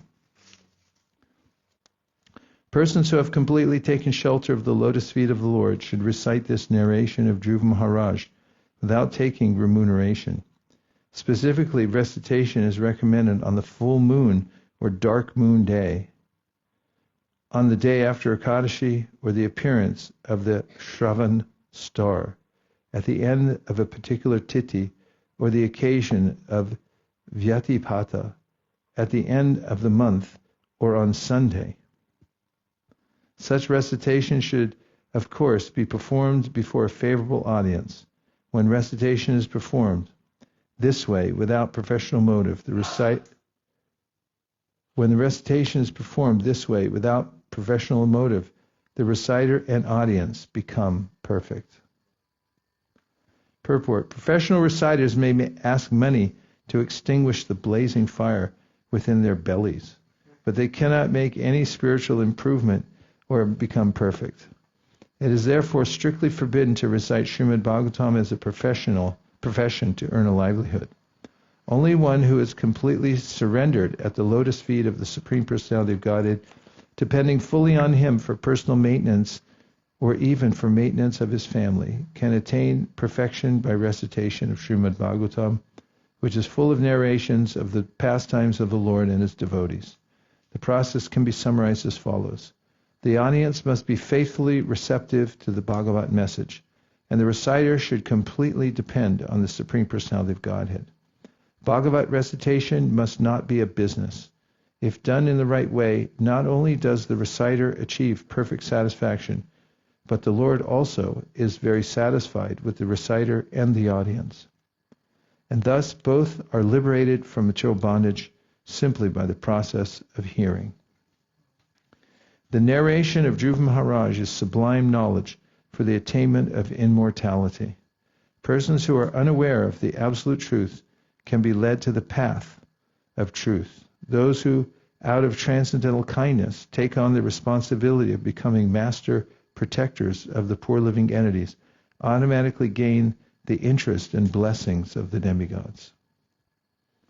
Jnanam agyata means knowledge which is unknown almost throughout the entire world. No one knows exactly what is the absolute truth. I'm sorry? No one knows actually what is the absolute truth.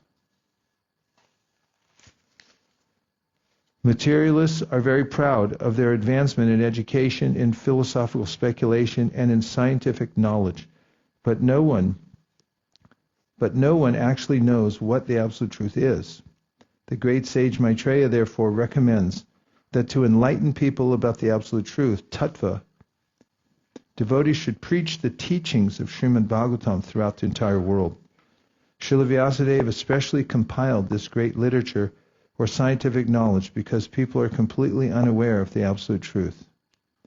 In the beginning of Śrīmad-Bhāgavatam first canto, it is said that Vyasadeva, the learned sage, compiled this great Bhagavat Purana just to stop the ignorance of the mass of people. Because people do not know the absolute truth, this Śrīmad-Bhāgavatam was specifically compiled by Vyasadeva under the instruction of Narada. Generally, even though people are interested in understanding the truth, they take to speculation and reach, at most, the conception of impersonal Brahman. But very few men actually know the personality of Godhead. Recitation of Śrīmad-Bhāgavatam is specifically meant to enlighten people about the absolute truth, the Supreme Personality of Godhead. Although there is no fundamental difference between impersonal Brahman, localized Paramatma, and the Supreme Person, still factual immortality cannot be obtained unless and until one attains the stage of associating with the Supreme Person. Devotional service, which leads to the association of the Supreme Lord, is actual immortality. Pure devotees, out of compassion for the fallen souls, are kripalu, very kind to people in general. They distribute this Bhagavat knowledge all over the world.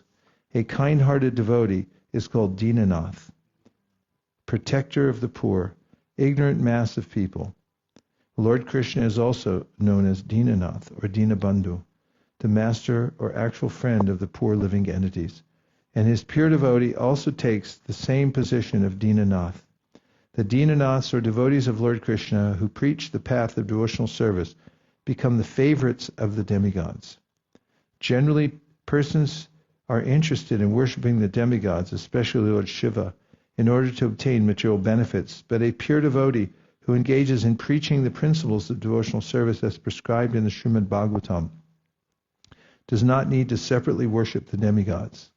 The demigods are automatically pleased with him and offer all the blessings within their capacity. As by watering the root of a tree, the leaves and branches are automatically watered, so by executing pure devotional service to the Lord, the branches, twigs, and leaves of the Lord, known as demigods, are automatically pleased with the devotee, and they offer all benediction. The transcendental activities of Dhruva Mahārāja are well known all over the world, and they are very pure. In childhood, Dhruva Mahārāja rejected all kinds of toys and playthings, left the protection of his mother, and seriously took shelter of the Supreme Personality of Godhead Vishnu. My dear Vidura, I therefore conclude this narration, for I have described to you all its details.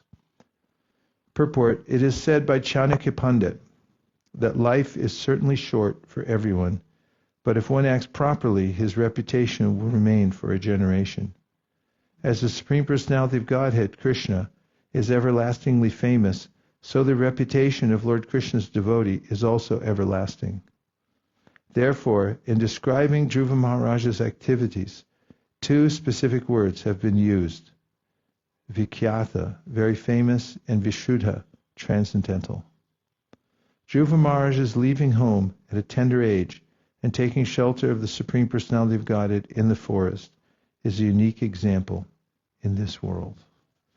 Thus end the Bhaktivedanta purports of the 4th canto, 12th chapter of Śrīmad-Bhāgavatam, entitled Dhruva Mahārāja Goes Back to Godhead.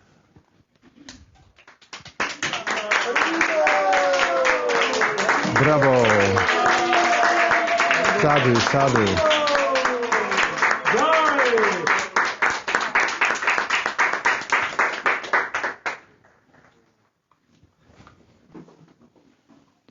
Reflections, observations.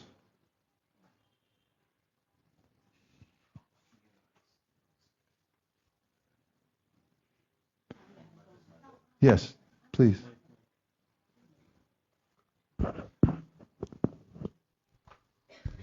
So I was observing that in the various verses there was many benedictions that might surprise a devotee. Why would one want to be elevated to the heavenly planets by reciting the process of the story of Dhruva Mahārāja, or get this benediction or that benediction? But that's explained in the Nectar of Devotion. Śrīla Prabhupāda explains that sometimes, and it was explained there also, but just to clarify the point, that sometimes those benedictions are offered to people who are not on the path or totally on the path of pure devotional service, so that they might be enticed to continue on, but they're not the real benediction of hearing the story of Dhruva Mahārāja.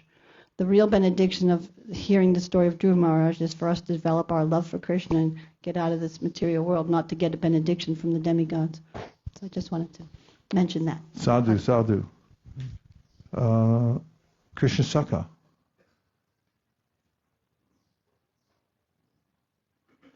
We have, after Krishna Sakha, the Outside People's Party of Senate representative. Would like to hear that strict, sincere, serious definitions you have put. Okay, here. Yes. Okay. Should I? No, pass it to me. But I'll take from the Outside People's Party first, because they're out waiting in the dark. Hare Krishna, in text 4.12.43, in the purport, Prabhupada says, a boy born in the family of a Brahmana is not immediately a Brahmana. He has to take up the training and the purificatory process. And in other parts of Bhagavatam, we hear that if a Brahmana child does not practice, he's called a Brahma Bandhu, and a Kshatriya child who's not a Kshatriya is called a Kshatriya Bandhu. So this is a sensitive topic, but for devotees, children born in devotee families, sometimes we see that they don't want to take it up too seriously, and they just want to do kirtan, and sometimes they don't want to attend the classes, they just socialize and do kirtan. So how, I mean, the potency of their chanting, and it is beneficial that they come, but how to encourage them to go deeper? That's the question? Yes. Well, we did a little experiment at ISV that's worked fairly well. We had exclusive time. And I hate to quote what we did at ISV, but anyway, it's all I know. So we started a program where the kids would get together for kirtan without their parents around, and then gradually we introduced chanting of shlokas, and then we also introduced japa, and they took to it, and many of them were chanting 16 rounds. They're reading the Shastra, they're memorizing, and they're also getting initiated. So my realization is that there has to be a habitat created for them where they feel that they can be themselves. In fact, we noticed when we did our first Global Youth Yatra that a lot of the kids were excited about going, and one of the specific reasons was their parents weren't going to be there. And it wasn't because they wanted to goof off. Actually, we found that the kids were more attentive, and they showed up to the programs more than even in the adult yatra. But they did have a sense of having a space for themselves where they were just with other kids, except for the person who facilitated the group. And then the other concept is inculcation, because people in general, let's speak of kids, when something's inculcated, then they tend to take it up over time. So it has to be engineered in that way. That's my realization. Thank you very much. This is something that Krishna Saka Prabhu found in some book somewhere about, it says, what is the ideal attitude for a practitioner eager to advance in devotional service? Śrīla Prabhupāda uses 3 adjectives to define it: strict, serious, and sincere. To be strict means to be rigorous with oneself in following one's chosen method of practice. Śrīla Raghunātha Dāsa Gosvāmī, for example, was so strict in his daily routine that Śrī Caitanya-caritāmṛta Antya-līlā 6.309 compares his devotional practices to lines on stone. To be serious means that during one's practice, one is thoughtful and attentive to the details.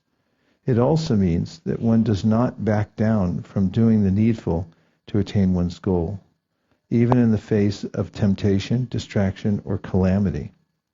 In Śrīmad-Bhāgavatam 4.12.8, Dhruva Mahārāja is described as thoughtful and intelligent because when asked by the Lord of Wealth, Kuvera, to accept a reward for his austerities, Dhruva declined, and in turn asked only for unflinching faith in and remembrance of the Supreme Personality of Godhead.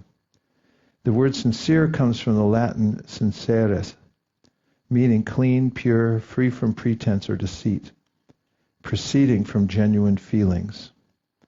To be sincere in one's practice of devotional service means to accept and follow Krishna's directives without envy or ulterior motive. Śrīla Prabhupāda describes the attitude of the sincere devotee in his purport to Bhagavad Gita 3.7. Instead of becoming a pseudo-transcendentalist for the sake of wanton living and sense enjoyment, it is far better to remain in one's own business and execute the purpose of life, which is to get free from material bondage and enter into the kingdom of God. A sincere person who follows this method is far better situated than the false pretender who adopts show bottle spiritualism to cheat the innocent public. A sincere sweeper in the street is far better than the charlatan meditator who meditates only for the sake of making a living. Śrīla Prabhupāda does not use all 3 terms, strict, serious, and sincere, together in a thread as I am doing. Rather, he invokes them individually, however, taking advantage of the opportunity offered by the alliteration of these 3 key words.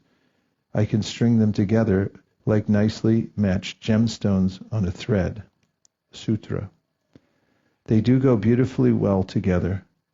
Stringing them together like this also employs the helpful technique of summary.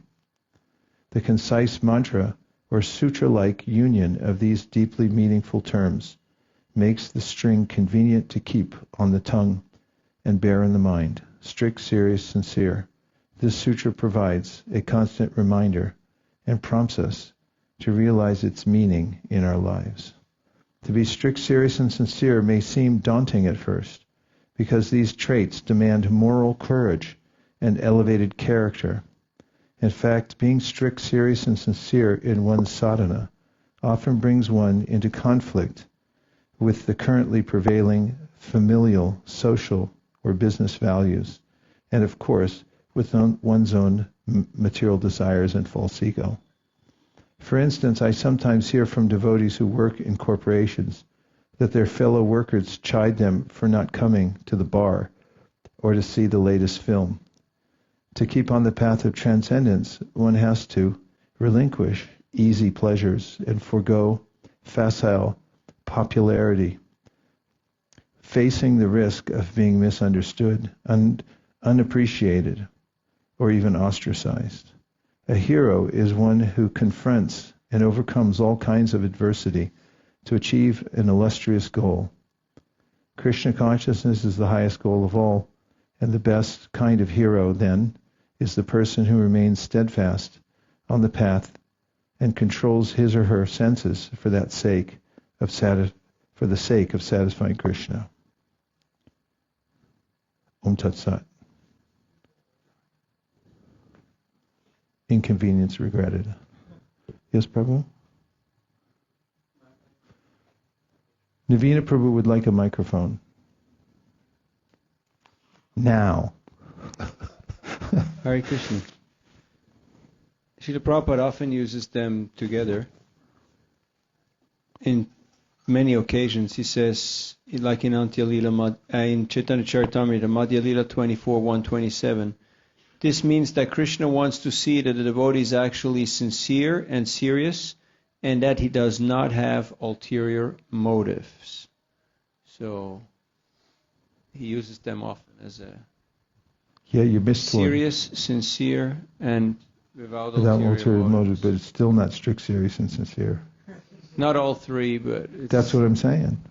That's all I'm saying. Sincere. It was serious, almost very close to a gotcha moment, but not quite. No, I agree. I just what quote? It's from my book.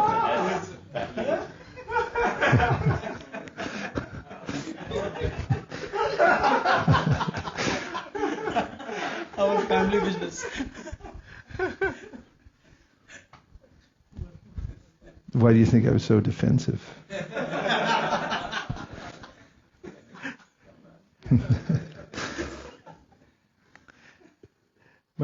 This one where Prabhupada was telling in the verse number 48 in the purport, anyone who comes in contact with the society automatically becomes a devotee. And they see the peaceful and pleasing environment in temple of ISKCON, and he writes that. So there is one devotee here also. His name is forgetting now. So actually he was telling that he grown up in his house happened to be in the front of Juhu temple, and he started going. He's just getting some prashadam after the 7:30 Aarti in the morning after Guru Puja, they used to give prashadam, and then slowly he just started going, and he told that he could not live without that, going to that Aarti. That was became his, Ranchhod Krishna Prabhu. I think many of you might have seen him here, Ranchhod Krishna Prabhu. So he was saying that how he started going to Aarti, and he could not live without that Aarti, and then suddenly he also then after that one day he decided he just want to become brahmachari, and he left whole home, and then he joined ashram, and anyhow rest is history. But then he told that if my home was not in the front of temple, I hardly think so. I was just the testimony of this Prabhupada's book. It reminded me, it came into my mind when he said that the first time I went to the temple, my mom dropped me off for the Sunday program, and I got out of the car, and Krita Karma was hosing down the alleyway outside the side door of the temple. And he asked me what I was doing there, and he said, well, here, you want to help? And he just handed me the hose before I even walked in the door. I was like hosing down the walkway. And it was like I was just absorbed into the, it's like going on. It's like, oh, hi, where are you from? Like, here, hold this. Next thing you know, yeah, he's with us, You were going to say? Yes. I just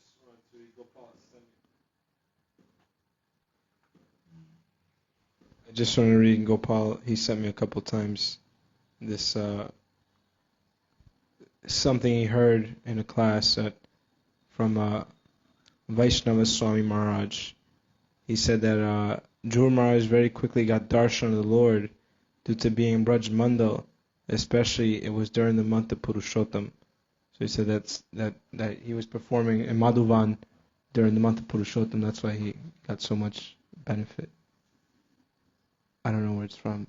Well, Madhuvan, it's written there, but I didn't know it was during the month of Purushottam. Fantastic. Okay. Let's get a start on the next chapter. Chapter 13, description of the descendants of Dhruva Mahārāja. Everyone ready? Yes.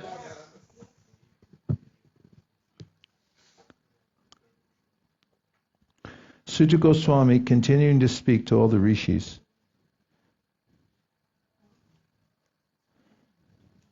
What? What happened to Maitreya? We got back to Sutta Goswami. They're nested stories. Sutta Goswami, continuing to speak to all the rishis, headed by Shaunaka, said, after hearing Maitreya Rishi describe Dhruva Mahāraja's ascent to Lord Vishnu's abode, Vidura became very enlightened in devotional service, and he inquired from Maitreya as follows. Purport: as evidenced in the topics between Vidura and Maitreya, the activities of the Supreme Personality of Godhead and the devotees are so fascinating that neither the devotee who is describing them nor the devotee who is hearing is at all fatigued by the inquiries and answers. Transcendental subject matter is so nice that no one becomes tired of hearing or speaking. Others who are not devotees may think, how can people devote so much time simply to talks of God? But devotees are never satisfied or satiated in hearing and speaking about the Supreme Personality of Godhead or about his devotees. The more they hear and talk, the more they become enthusiastic to hear. The chanting of the Hare Krishna mantra is simply the repetition of 3 words, Hare Krishna Rama. But still, devotees can go on chanting this Hare Krishna mantra 24 hours a day without feeling fatigued. Vidura inquired from Maitreya, O greatly advanced devotee, who were the Prachetas? To which family do they belong? Whose sons were they, and where did they perform the great sacrifices? Purport: the great Narada's singing in the previous chapter of 3 verses in the sacrificial arena of the Prachetas gave another impetus to Vidura to ask further questions. Vidura continued, I know that the great sage Narada is the greatest of all devotees. He has compiled the Pantratric procedure of devotional service and has directly met the Supreme Personality of Godhead. Purport: there are 2 different ways of approaching the Supreme Lord. One is called Bhagavat Marg, or the way of Śrīmad-Bhāgavatam, and the other is called Pantratric Vidhi. Pantratric Vidhi is the method of temple worship, and Bhagavat Vidhi is a system of 9 processes, which begin with hearing and chanting. The Krishna consciousness movement accepts both processes simultaneously and thus enables one to make steady progress on the path of realization of the Supreme Personality of Godhead. This Pantratric procedure was first introduced by the great sage Narada, as referred to here by Vidura. While the Prachetas were executing religious rituals and sacrificial ceremonies and thus worshipping the Supreme Personality of Godhead for his satisfaction, the great sage Narada described the transcendental qualities of Dhruva Mahārāja. Purport: Narada Muni is always glorifying the pastimes of the Lord. In this verse we see that he not only glorifies the Lord, but he also likes to glorify the devotees of the Lord. The great sage Narada Muni's mission is to broadcast the devotional service of the Lord.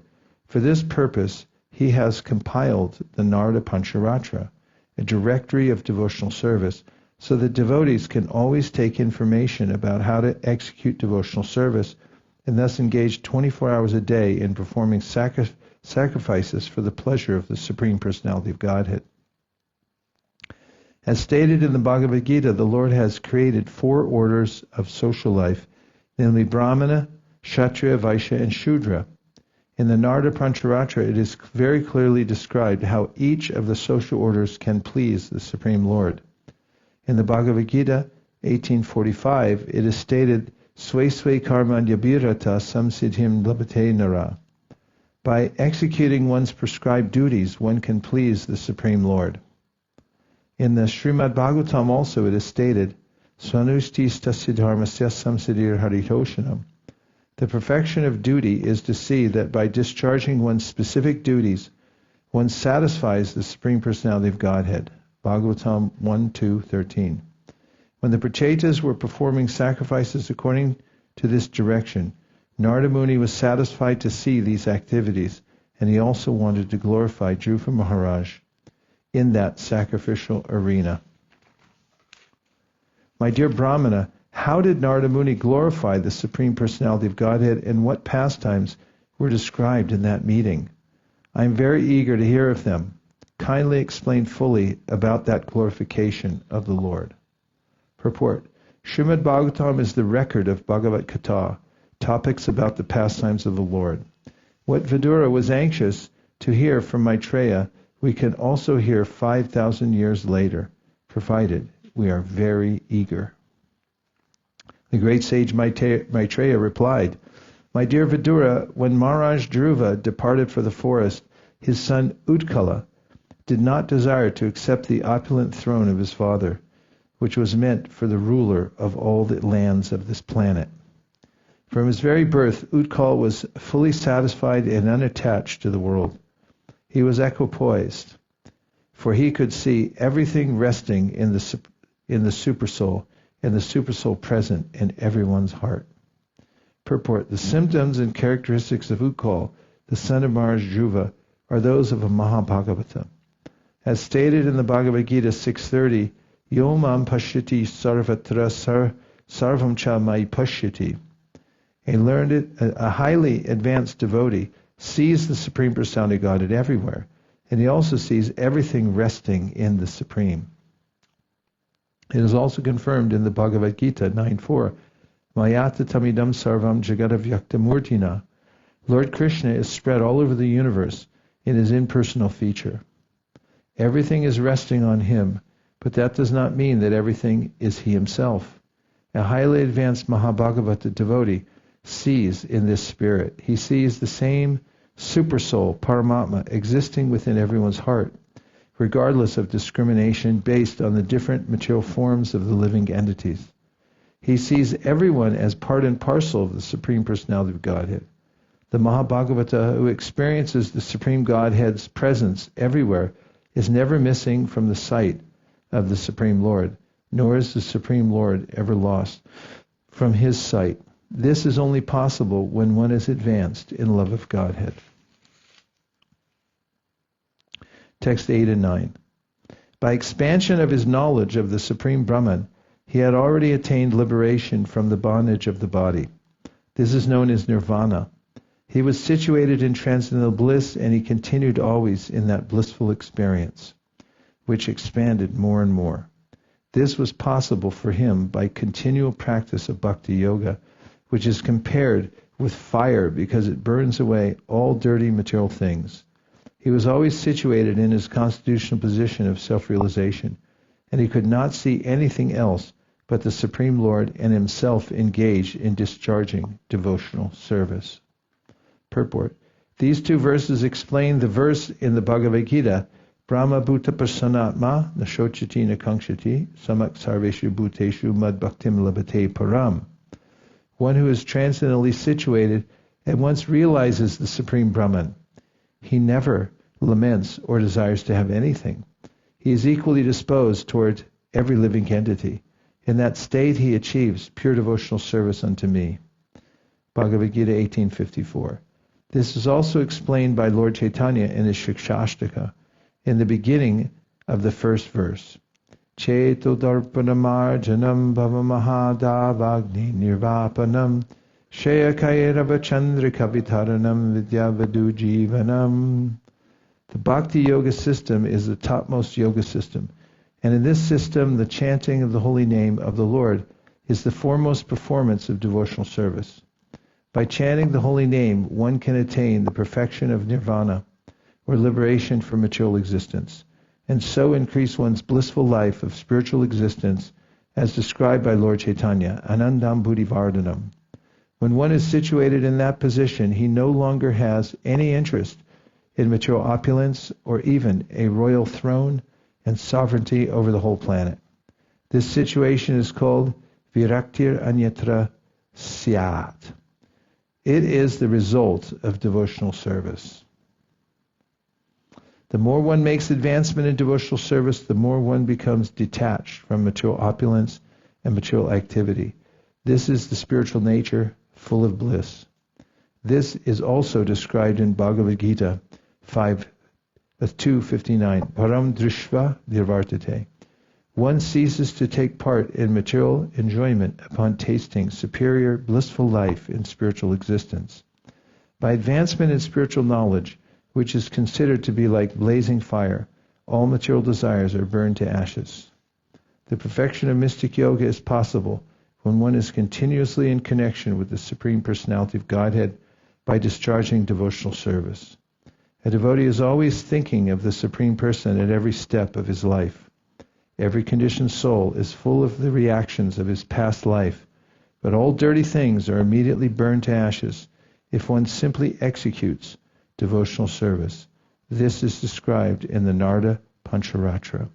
Sarvapadi vinirmuktan tapratvena nirmalam.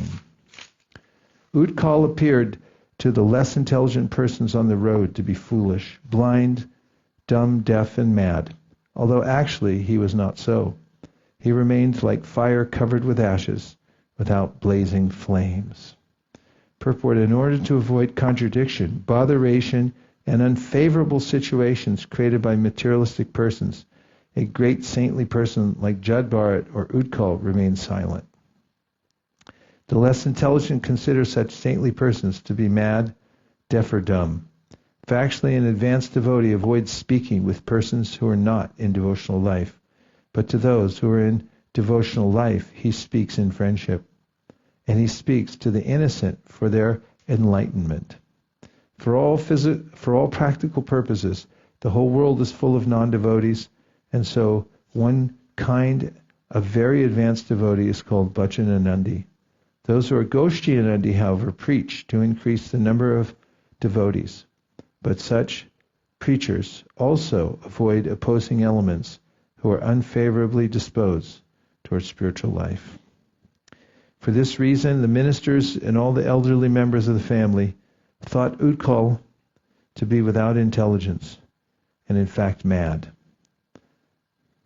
Thus, his younger brother, named Vatsara, who is a son of Brahmi and who is junior to Utkal, was elevated to the royal throne, and he became the king of the world.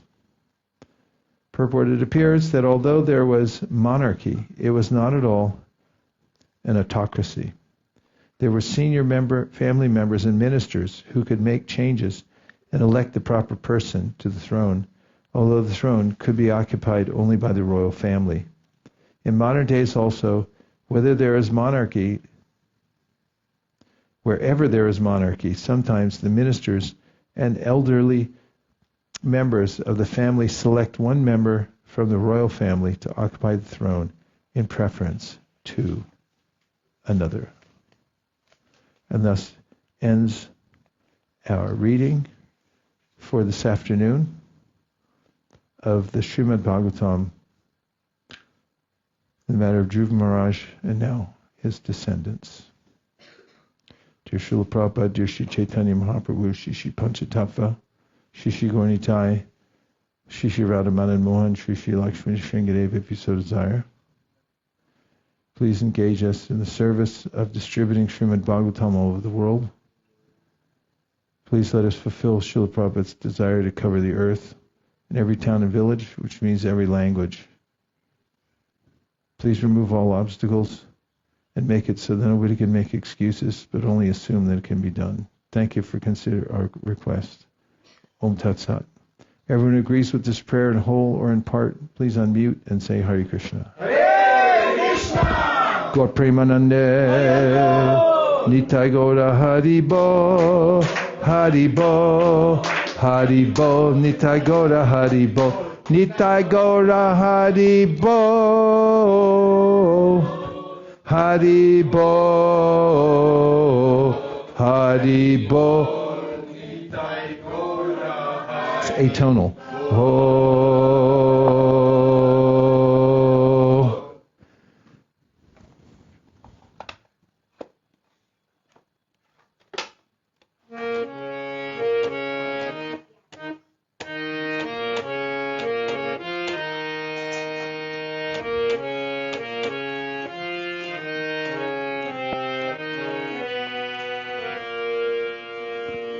Namam Nishvaram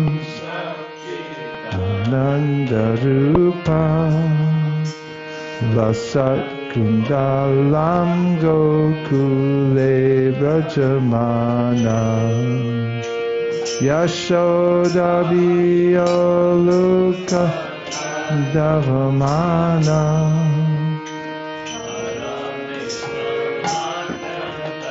Sojruta Gopya Rudantam Mohuneta Yugmam Rijantam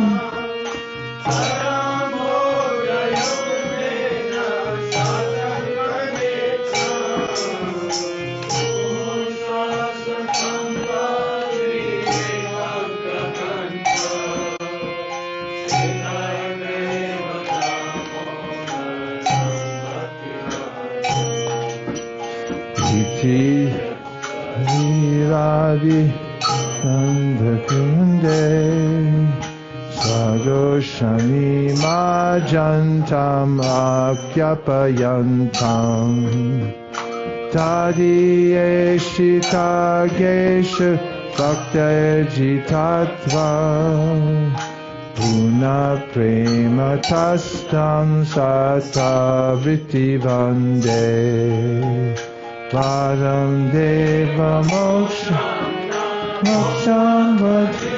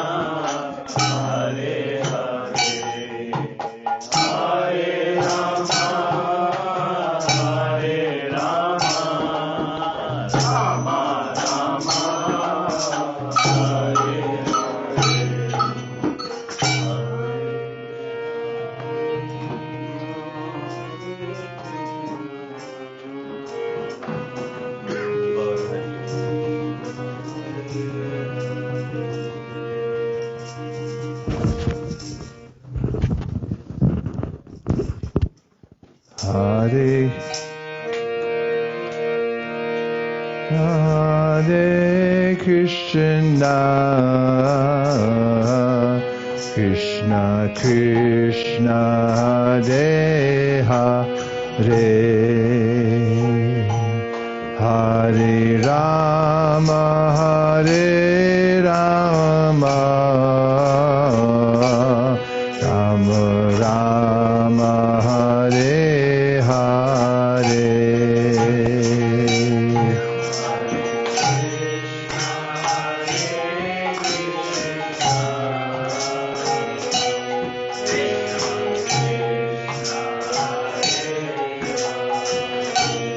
faster. Hare Rama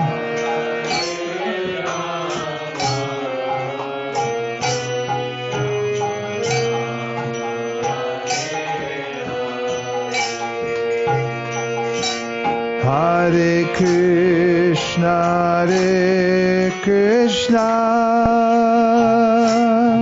Krishna Krishna Hare Hare Hare Rama Hare Rama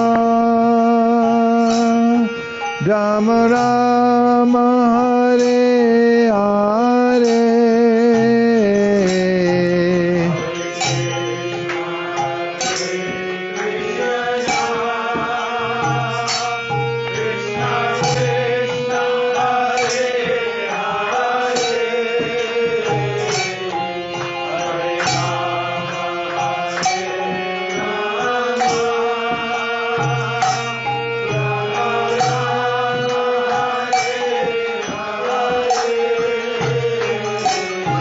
Hare Krishna Krishna Krishna Hare Hare Hare Rama Rama Rama Hare Hare. There you go.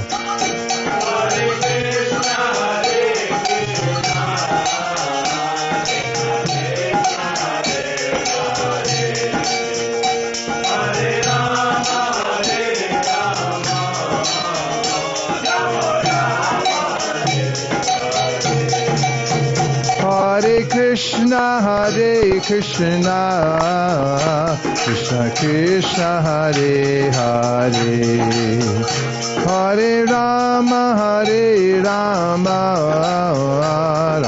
Rama Hare Hare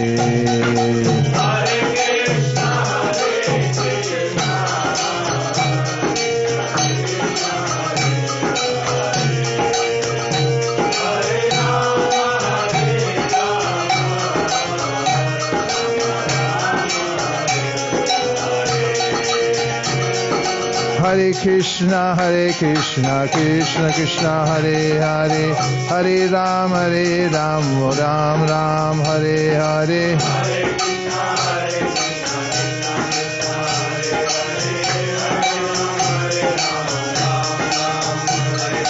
Hare Krishna, Krishna Krishna, Hare Hare, Hare Rama, Rama Rama, Hare Hare. Hare Krishna, Krishna Krishna, Hare Hare, Hare Krishna, Krishna Krishna, Hare Hare, Hare Rama, Rama Rama, Hare Hare. Hare Krishna, Krishna Krishna, Hare Hare, Hare Rama, Hare Krishna, Krishna Krishna, Hare Hare, Hare Rama, Rama Rama, Hare Hare.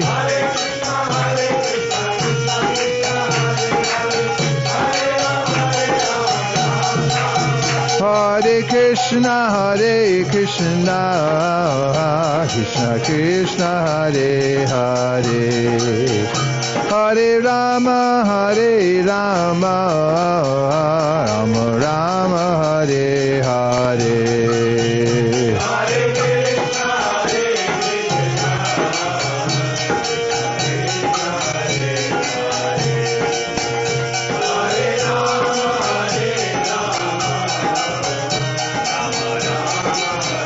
One more time. Hare Krishna, Krishna Krishna, Hare Hare, Hare Rama, Rama Rama, Hare